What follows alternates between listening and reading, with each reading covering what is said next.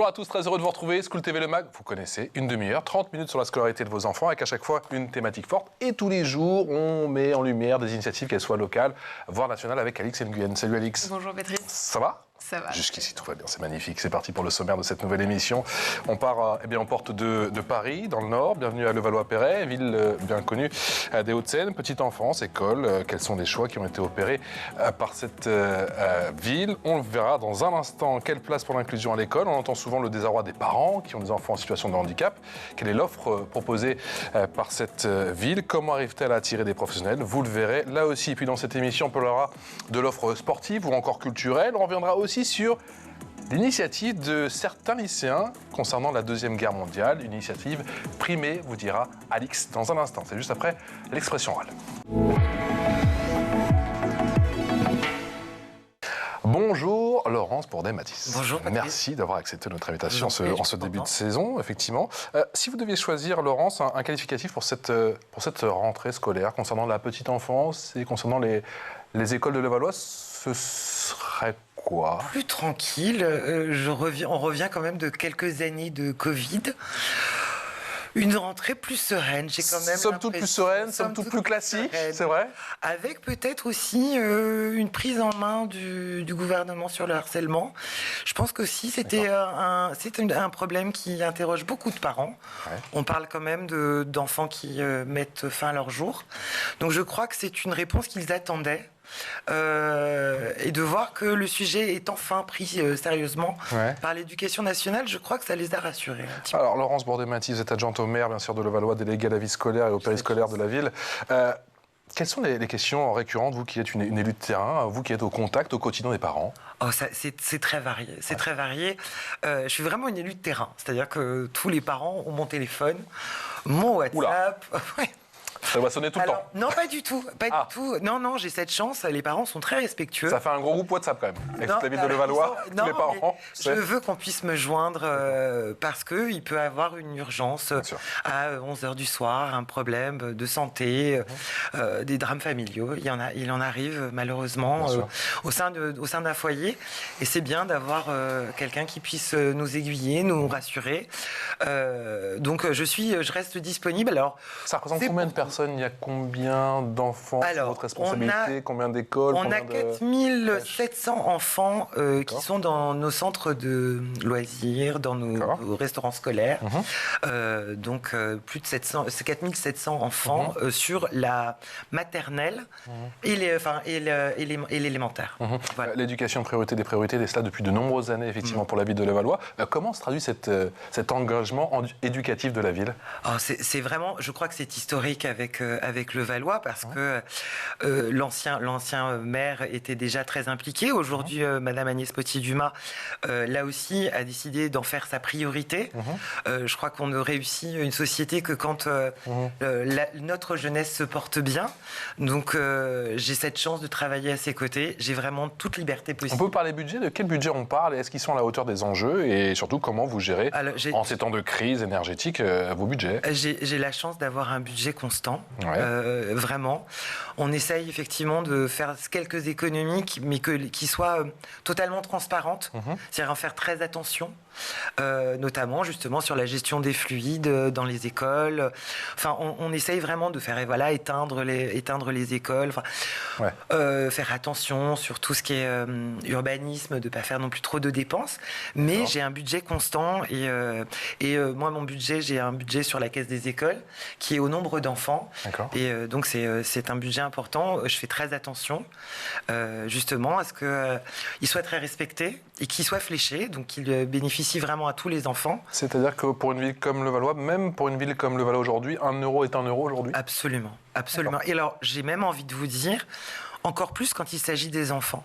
Je crois qu'on gère, en tout cas dans ma délégation, je gère, je vous le disais avant plateau, comme une bonne mère de famille. C'est-à-dire que quand on est parent, ce qui est mon cas, on souhaite donner le meilleur à ses enfants. Alors nous parents, quand on a un petit peu moins d'argent, ce qui est le cas dans une ville, eh bien on va faire attention sur notre poste. On va rogner sur tel ou tel budget, sur tel ou tel poste. Ouais. Voilà, peut-être que on fera un petit peu plus d'attention sur voilà, l'habillement pour les adultes, mais on achètera peut-être moins de chaussures, mais peut-être plus de livres.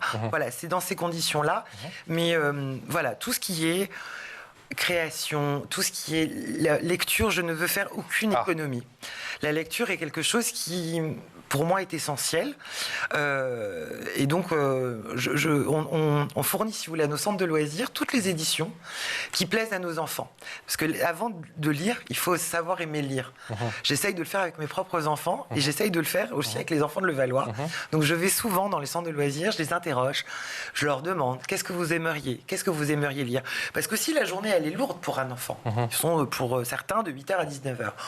Voilà, ils sont très stimulés, encadrés.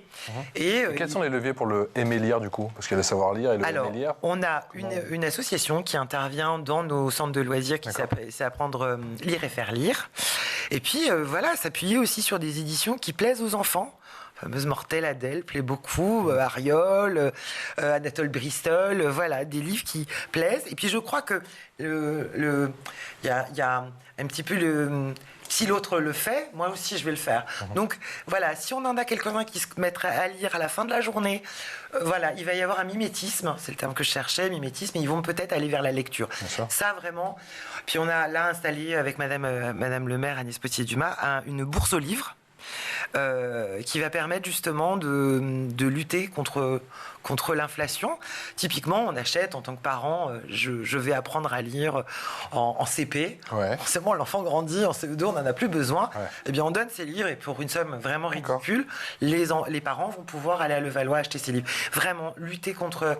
Voilà, il faut lutter contre l'inflation. La lecture ne doit pas être un luxe. Alors, on va se battre pour que justement, les parents puissent continuer à faire lire leurs enfants. Alix. Oui, au-delà de ce projet lecture, vous avez d'autres projets à venir ou en cours? Alors, on a aussi, si vous voulez, on distribue à la fin de l'année, en CM2, des livres qui font partie on a cette chance, on a beaucoup de choses à Levallois, donc on a beaucoup de passerelles.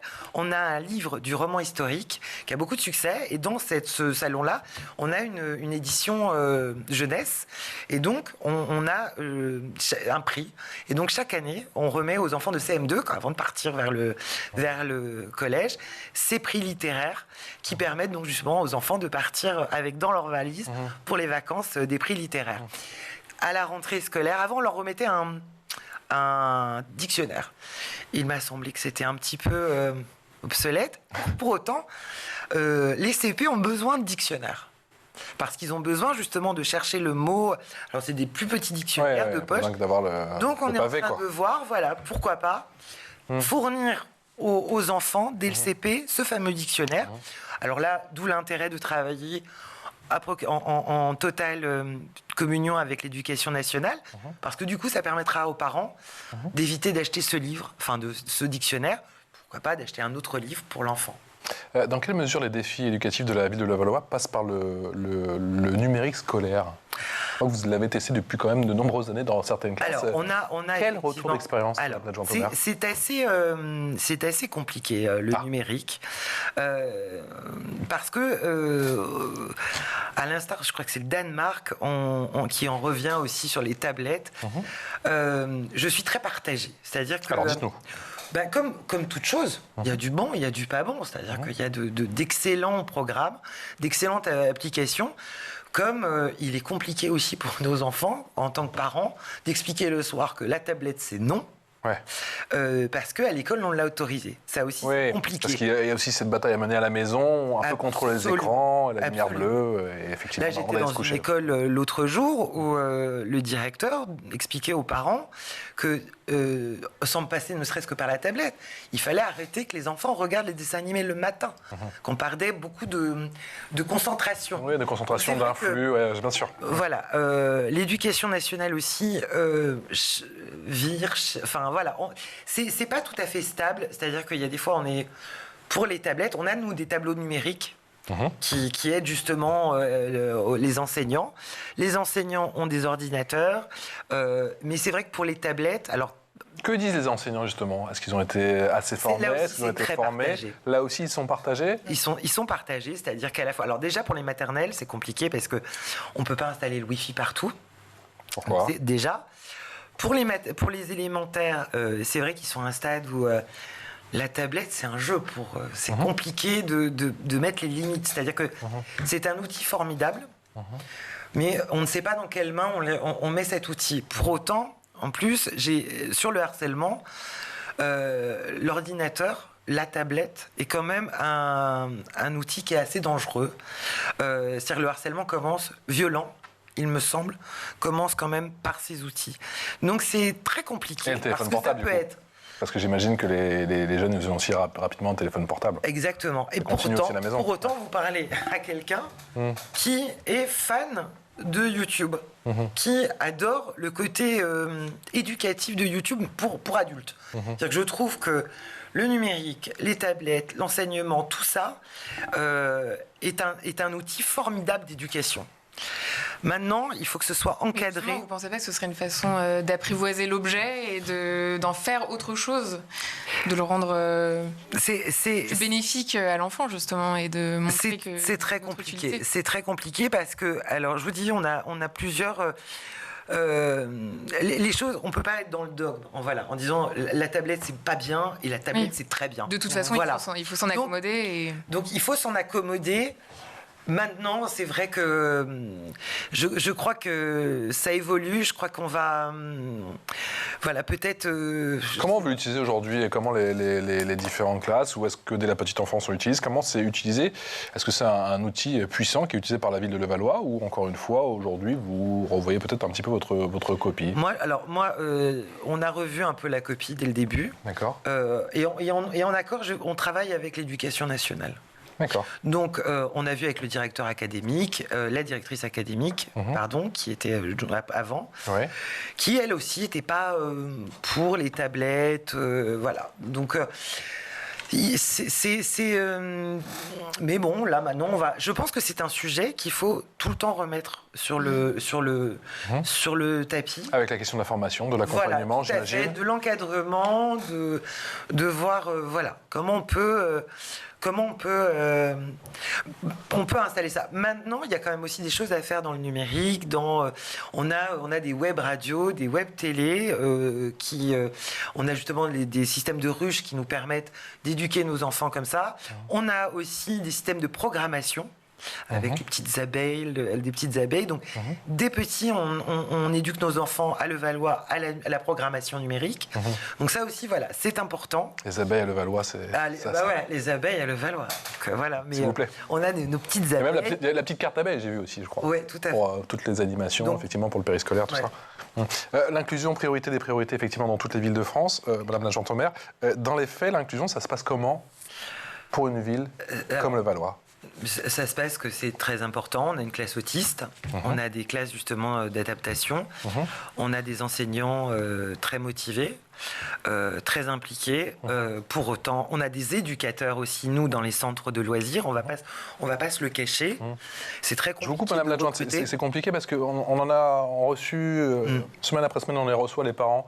Et année après année, même c'est la 3e saison, ils sont totalement désœuvrés. J'ai quand même le sentiment que vous êtes plutôt bien lotis parce qu'il y a quand même bon nombre de villes qui peinent à trouver des professionnels. On peine à trouver des professionnels parce que ces consommateurs, c'est terrible. Mais effectivement, on ne peut pas mettre un animateur pour 8 enfants ou comme on le fait en primaire.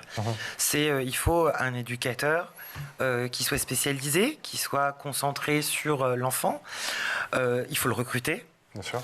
Et puis, c'est consommateur de deniers publics. Et l'État ne nous fournit pas forcément tous les moyens. Je déplore aussi, on va se parler, le peu de salaire des ESH et de leur reconnaissance. La difficulté d'en recruter. Et pourtant, c'est vital. Je crois qu'il est essentiel pour une ville et pour nos enfants que ces enfants soient inclus. Mais vous pensez que la hausse du nombre d'accompagnants d'élèves en situation de handicap, c'est suffisant à faire l'école de l'inclusion? Non, clairement pas. clairement pas, ça suffit pas. Pour le moment, on est loin du compte, on est loin du compte. Il y a beaucoup de parents qui restent sur le carreau. À Levallois ? À Levallois, comme partout, on se bat. Alors c'est vrai parce que vous avez 2 classes Ulysse, j'ai l'impression. On est plus vous avez aussi, mais il n'en demeure pas moins qu'on a des problèmes de recrutement et d'intéressement. C'est-à-dire que les AESH, elles sont payées le même prix à Levallois qu'ailleurs. Mais ça fait partie de l'éducation de nos enfants. Moi, je suis très fière quand ma fille revient et qu'il y a eu une petite altercation avec un enfant différent et qu'elle me dit « j'ai compris et c'est pas grave ». C'est ça aussi l'ouverture d'esprit. Ça fait partie, je trouve que voilà, ma fille est grande et que ça l'ouvre au monde et je suis très émue quand justement je vois que c'est une richesse. Voilà, l'enfant différent est une richesse pour nos propres enfants parce que on peut être aussi tous soumis un jour ou l'autre au handicap, à la différence. Il faut justement... et ça doit être une richesse, vraiment. 70 000 repas sont servis chaque année dans les restaurants scolaires de Levallois. 70 000 70 000, je l'ai appris aujourd'hui, pour plus de 90% des enfants scolarisés. C'est 700 000, j'ai oublié un zéro ? Ah, c'est plus de 700 000 alors. 700 000. Dans quelle mesure c'est un record ?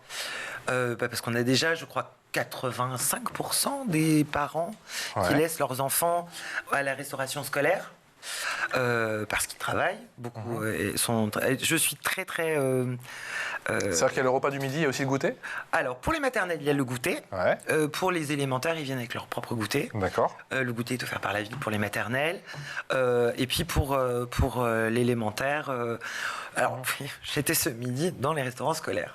C'est-à-dire que, voilà, je vais vérifier que les enfants mangent. On en sourit parce qu'on en a parlé juste avant de commencer l'émission. Je suis très... Voilà, je suis voilà, la maman. Je vais faire... Vous allez goûter ? Je vais goûter. Je vais leur couper la viande quand certains ont du mal. Je vais leur faire leur lacet. Je suis... Voilà. J'ai cette chance. J'ai 3 enfants à la maison. Mais j'aime à dire que j'en ai 5000 dans les restaurants scolaires dont j'essaye de m'occuper comme de mes propres enfants. Voilà. J'essaye de m'en occuper comme j'aimerais qu'on s'occupe des miens si j'étais pas à leur place. Donc, à ma place. Donc, voilà. Je vais voir si c'est salé, si c'est au goût d'un plus grand nombre. Voilà. Je demande aux enfants, je leur explique parce qu'ils sont intelligents quand même. Ils savent très bien qu'ils peuvent pas se passer de légumes. Donc, quand ils aiment pas un légume, je leur demande OK, mais vous pouvez me dire ce qu'il faut remplacer, ce qu'il faut mettre à la place. Et j'ai d'ailleurs créé une commission des menus enfants. D'accord. C'est-à-dire qu'on avait une commission des menus avec les RPE. C'est beaucoup de travail, je les remercie pour ça, parce que c'est 2 heures à chaque fois. 2 heures vraiment à disséquer chaque menu. Mais pas de carottes, parce qu'il y en a eu la semaine dernière. Oui, mais les enfants, ils n'aiment pas ça. Oui, mais là, c'est trop épicé, il faudrait qu'on change. Oui, mais il faudrait qu'on innove. Oui, mais ça, c'est un légume de saison. Et attention, pas trop de sel. Attention, pas trop de sel, mais il faut en mettre un peu parce que sinon c'est fade. Sinon, il n'y a plus de goût. On a fait la semaine du goût avec David-Xavier Weiss l'année dernière. Alors, effectivement. Je tiens à souligner d'ailleurs, je vais vous donner un petit scoop. Allez. Cette année, en collaboration donc avec notre prestataire de service, c'est le grand chef François Perret, qui est, donc comme vous le savez, chef pâtissier. Vous arrivez toujours à attirer des grands chefs. Moi, franchement, vous êtes très fort. Il est extraordinaire, je le salue ici. Il est aussi doué qu'il est sympathique et gentil. Il est venu hier pour faire goûter les enfants parce qu'on fait du testing avant de le servir au plus grand nombre. Donc, et donc ils auront un dessert. Là par contre, je me permets de garder le secret du dessert. Je peux vous dire que ce sera un dessert original, que je l'ai goûté. Et que, ma foi, c'est surprenant, mais... Quelque chose me dit qu'avec Alix, on va venir faire un petit tour, un petit crochet côté Levallois. Voilà, je suis pas très sucré, mais là, pour la semaine du goût, je sais que côté Levallois... François Perret, ça ne se refuse pas. Non. C'est parti pour la loupe. Et Alix qui revient pour nous sur une bien jolie initiative de la part de lycéens de Levallois-Perret. Oui, ils ont même été primés pour ça à l'occasion du 83e anniversaire de l'appel du 18 juin. C'est le projet des élèves de la classe de première de monsieur Porcher-Ancel, professeur d'histoire-géographie. Et cette initiative, elle leur a pris toute l'année scolaire passée. La classe a donc créé un blog comprenant une base de données de résistants pendant la Seconde Guerre mondiale, issus de l'éducation nationale. Parmi les profils de ces résistants, on trouve des directeurs d'école, des instituteurs, des professeurs de lycée, des surveillants et même des élèves. Le blog recense plus de 400 fiches individuelles de personnel de l'Académie de Paris et la Petite Couronne, proposées pour la médaille de la Résistance ou la Croix de guerre, un travail de fourmi à destination notamment de certains historiens et généalogistes. Un travail de fourmi, mais ils s'y sont pris concrètement comment pour établir une telle base? Eh bien, ils se sont rendus aux Archives nationales, puis ils ont retranscrit toutes les fiches dédiées à chaque résistant. Une fois sur le blog, on a donc la possibilité de faire une recherche par nom de famille, fonction, établissement, âge, sexe, par mouvement de résistance et même par le type de risque encouru. Et pour aller plus loin, les élèves ont même décidé de programmer via le compte Twitter de la classe une publication quotidienne sur le parcours d'un résistant, et ce jusqu'au 18 juin 2024.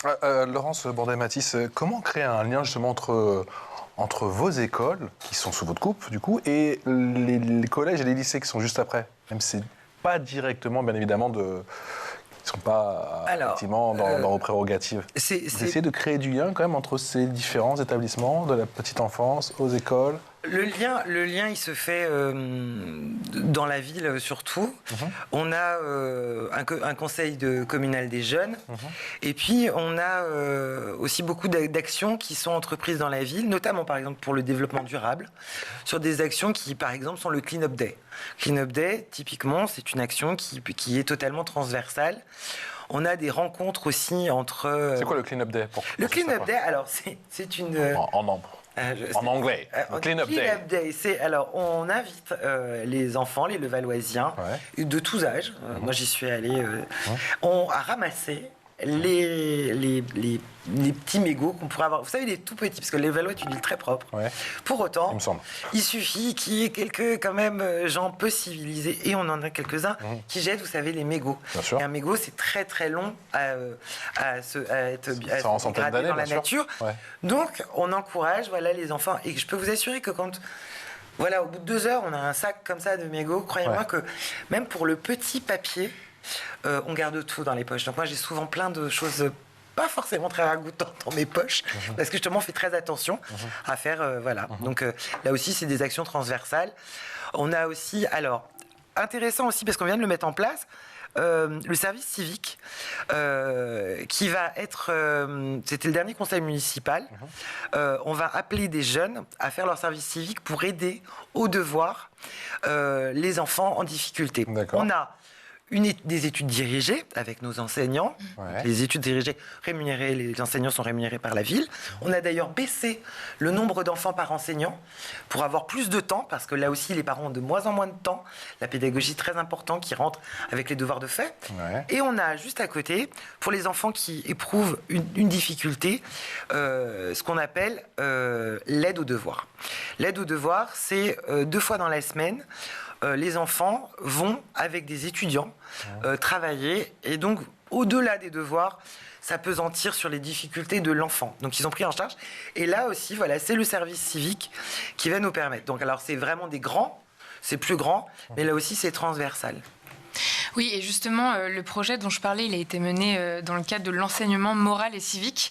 Et à partir de la rentrée 2024, le volume horaire de cet enseignement devrait doubler entre la 5e et la 3e, tant il est vaste, avec entre autres les valeurs de la République, l'éducation aux médias et la transition écologique. Vous êtes plutôt en faveur de ce changement à venir? Absolument, absolument. On est en train de mettre en place avec mes équipes un passeport citoyenneté qui permettra d'avoir des étapes dans la vie de citoyen, voir comment se passe une remise de gerbe, qu'est-ce que c'est que le 11 novembre, qu'est-ce que c'est que le 8 mai.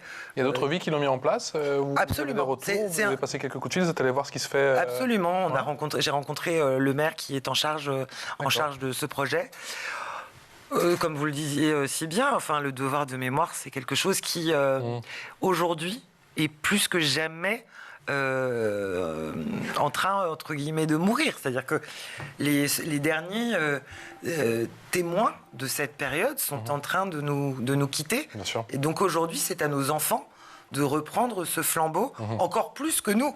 Moi, j'ai connu, j'ai eu cette chance de connaître, à travers les rencontres que j'ai pu faire dans ma scolarité, des résistants, des rescapés de la Shoah. Malheureusement, nos enfants n'auront pas ce témoignage vivant. Et là, peut-être que, pour en revenir au numérique, peut-être que justement, on aura besoin de l'outil numérique pour conserver au plus près de nous ce témoignage pour que, bien sûr, plus jamais on ne puisse vivre ça. Quelle est l'offre culturelle proposée par la ville de Levallois? On sait que certaines villes courent après le label, la labellisation 100% éducation artistique et culturelle. C'est aussi votre cas ou... Non, je pense pas. Il faudrait demander à mon collègue David Zéviveis qui est en charge de la culture. On a une œuvre qui est énorme. On a 2 médiathèques qui sont ouvertes avec justement des temps modulables, c'est-à-dire qu'on ouvre encore plus tard pendant les périodes de brevet, de bac, 2 médiathèques. On a un conservatoire où les enfants peuvent donc apprendre des instruments. On a aussi des centres ados, pré-ados, ce qui nous permet aussi d'occuper nos enfants, de les ouvrir à plein d'activités culturelles. On les emmène voir des concerts, on les emmène dans des musées, même les petits. On emmène dans les musées les petits.